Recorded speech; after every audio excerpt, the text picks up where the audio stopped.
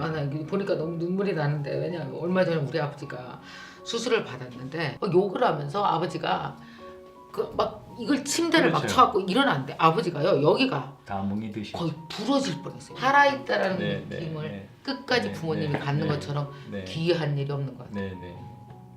진짜. 안녕하세요 여러분. 제가 얼마 전에 이 아나두 그 김민철 대표를 만났었어요. 저한테 정말 많은 스승의 역할을 해줄 수 있는 분이 한 분이 있다. 꼭 모셔서 얘기를 들어야 된다고 10번도 더 저한테 와요. 그래서 오늘 오셨습니다. 아마 요즘에 걱정도 많으실 것 같기도 한데 인덕의료재단의 이사장님이신 이윤한 이사장님 오셨습니다. 안녕하세요. 안녕하세요. 윤환입니다.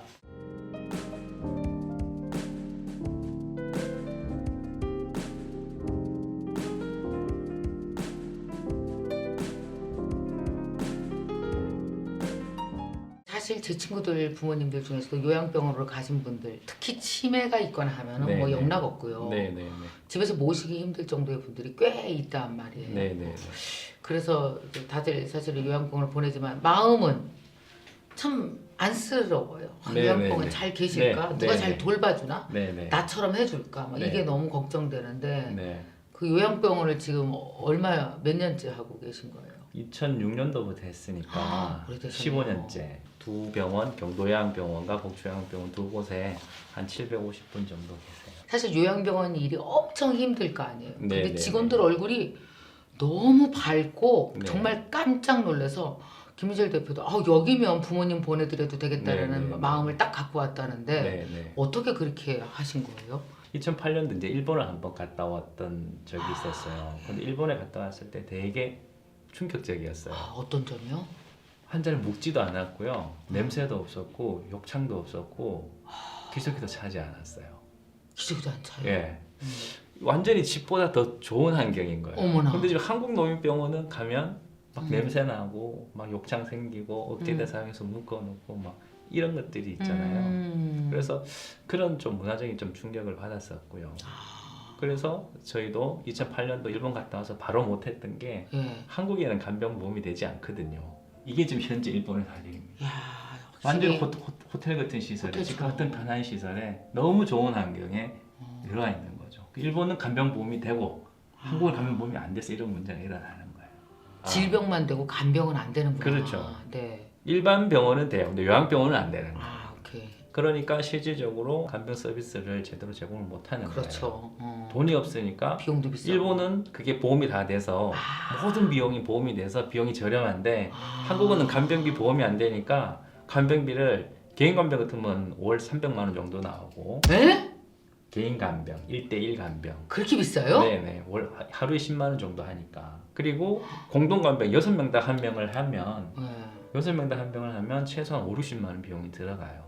그러면 이게 300만 원이라 하면 아무리 마음이 있어도 자식들이 해낼 수 있는 금액이 아니잖아요. 그걸 네네네. 몇 년간. 그래서 월 300이라는 비용이 간병비만 나오고 치료비 또 따로 나오죠.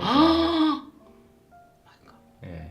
그래서 개인 간병을 하지 못하고 공동 못하겠다, 간병 웬만하면. 5명, 6명당 한 명 간병을 해요.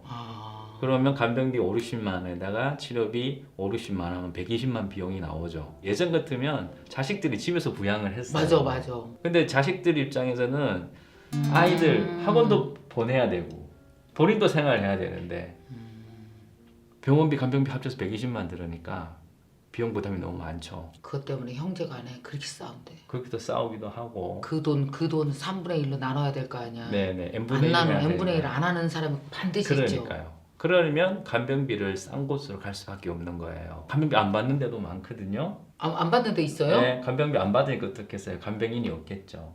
간병비를 조금 받는 곳은 12명당 한 명 있는 거고 간병인 안 받는 곳은 간병인이 없어서 한 환자 5, 60명에 돌보는 분이 한두 명밖에 없는 거예요. 어머, 그럼 어떡해. 그럼 밤에 퇴근할 때 퇴근해야 어머. 되잖아요. 퇴근할 때는 간병사를 환자분을 억제제를 사용하거나 묶어놓고 기저귀를 채워놓고 아침에 와서 기저귀를 갈아주는 경우가 있어요.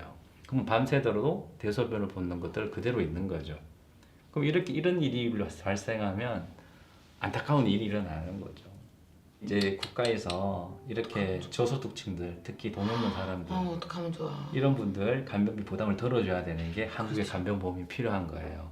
그 돈 없은 분들은 간병비를 못 내서 치료를 포기해요. 한자를 묵지 않고 기저귀도 채우지 않고 냄새도 안 나게 하고 욕창도 안 생기게 하고 이게 사무이탈 운동이거든요.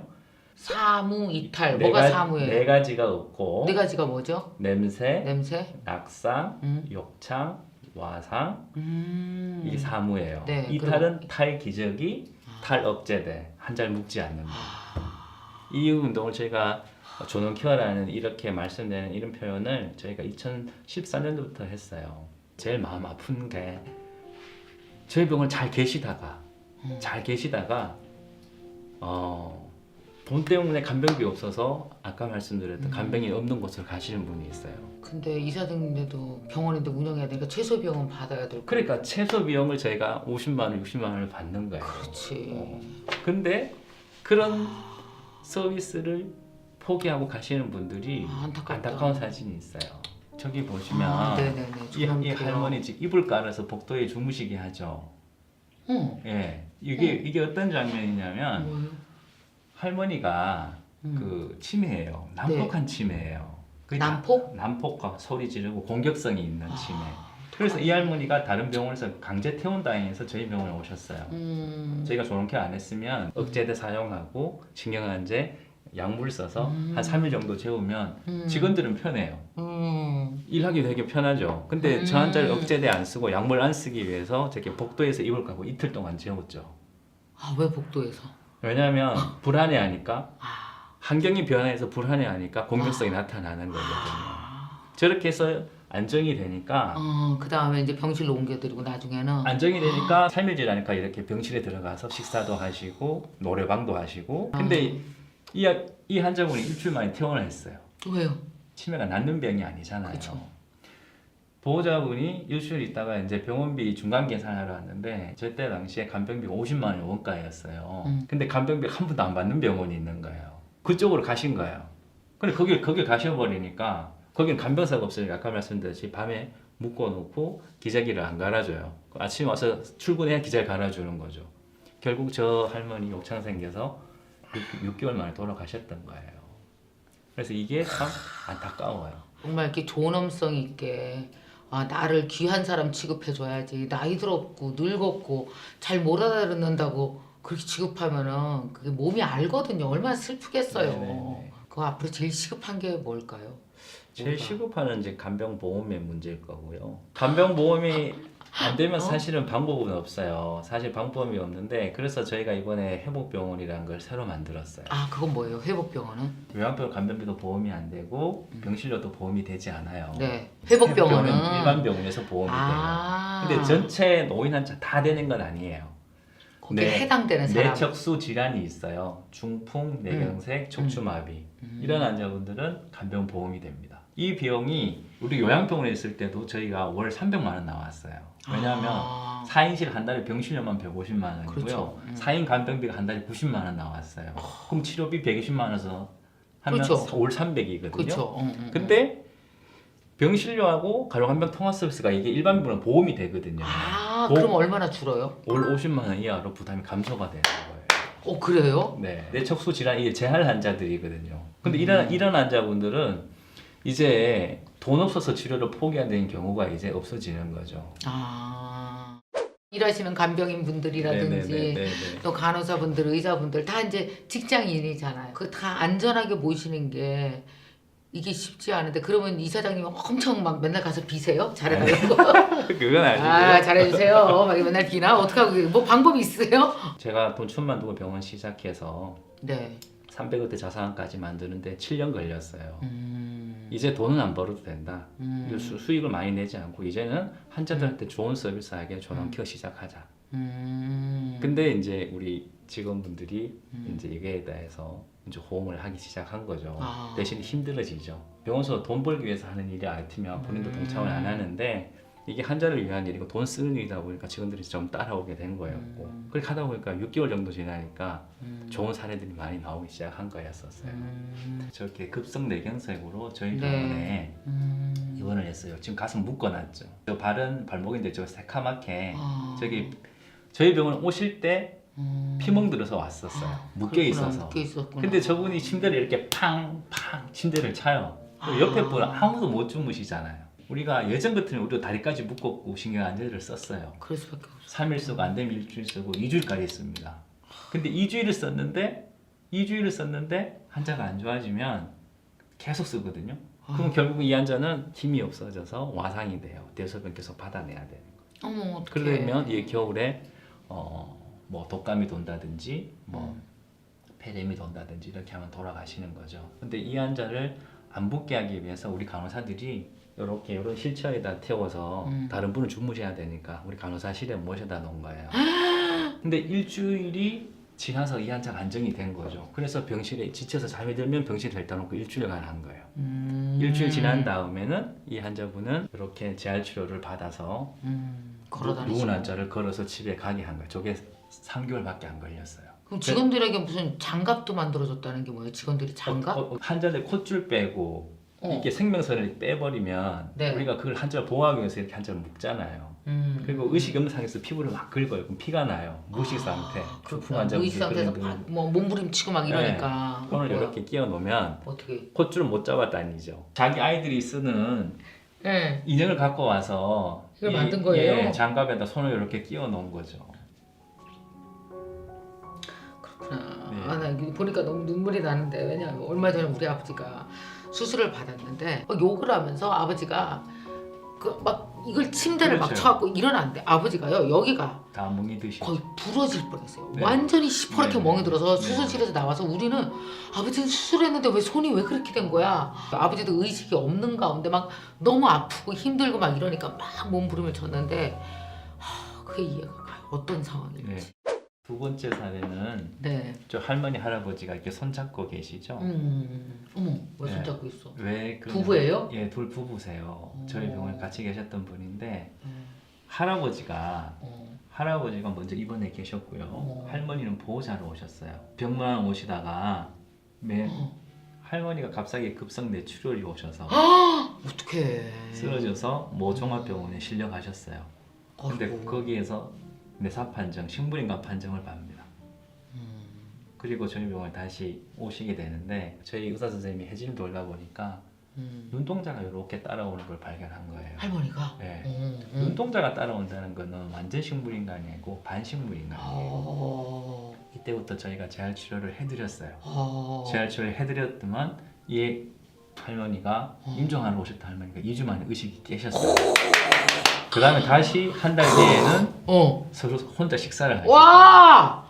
아니 그럴 때는 자식들이 막 와서 막 근데 큰절하지 자식들 않아요? 와서 다 울면서 다 인사하고 너무 고맙다고 감사하지. 했어요. 세상. 근데 이 할아버지가 뭐라고 말씀하셨냐면 잘했다. 60년 동안 살아온 내 할머니하고 유언 한마디 못 나누고 헤어질 뻔했는데 제 그럼. 마지막을 정리할 수 있는 시간 줘서 고맙습니다 라고 이야기를 했어요. 노후에 나이 70, 80 이렇게 넘어가면서 가장 필요한 게 뭔 것 같아요 사람에게. 옆에서 많이 지켜보셨잖아요. 특히 연세들이 많으실수록 네. 가족들하고 같이 계셔야 돼요. 특히 혼자 계시는 것보다 가족들하고 이렇게 교감하고 대화 나누고 맞아. 같이 이렇게 울타리에 같이 있는 게 어르신들한테 정서적으로 제일 좋아요. 치료와 돌봄이 필요할 때 요양병원으로 돌봄이 필요할 때 요양원으로 오시는데 요양병원 선택하실 때 제일 중요한 문제는 내 부모님을 모시는 간병사가 네. 몇 명당 한 명이 있느냐. 그게 제일 중요하지. 예. 저희 병원 그렇죠. 정도 서비스, 전원케어 서비스를 하는데 저희도 최소 인력이 6, 7명이에요. 그 이상 넘어가 버리면 탈기적이 안 됩니다. 물론 누워있는 환자 기저귀 탈 수밖에 없어요. 근데 이게 탈기적이 대상이라 하면 휠체어 탈 수 있는 분 탈기적이 대상이 되는 거죠. 휠체어만 탈 수 있어도. 탈기적이 대상이 되는데 성공률 30%밖에 안 돼요. 그래서 처음부터 기저귀를 함부로 채우는 게 안 돼요. 함부로 기저귀 딱 채워서 한 번 채우면 한 번 소변 누는 순간 어르신들은 나는 끝났다고 판단을 하세요. 이런 분들은 치료에 대한 의지도 없어지고요. 치료를 해도 호전이 되지 않습니다. 그래서 함부로 기저귀를 차지 말아야 네. 되겠구나. 오늘 정말 그 다시 한번 우리한테 좋은 기회가 된 것 같아요. 내 부모님의 존엄에 대해서 다시 한번 생각할 수 있는 거. 아무리 아프고 병들어도 존엄성 있게 살다 가게 우리가 도와줘야 되는 의무가 또 있잖아요, 자식한테.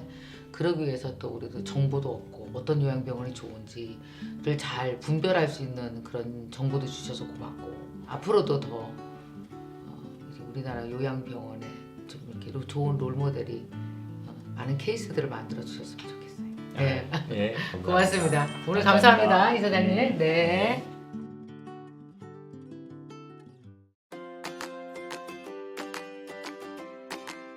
몇 살이 되어도 고민하는 것은 좋은 거야. 고민한다는 것은 생각한다는 뜻이니까. 고민을 하니까 우리는 스스로를 찾고 조금 더 나은 사람이 되어가는 거야.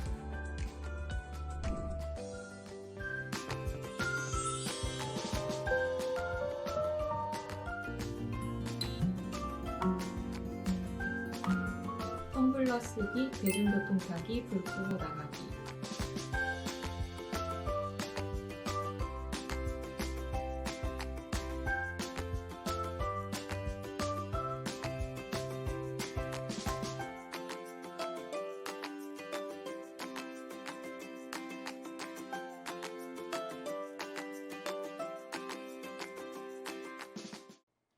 저는 정말 열정 하나로 꾸준하게 살아온 사람입니다.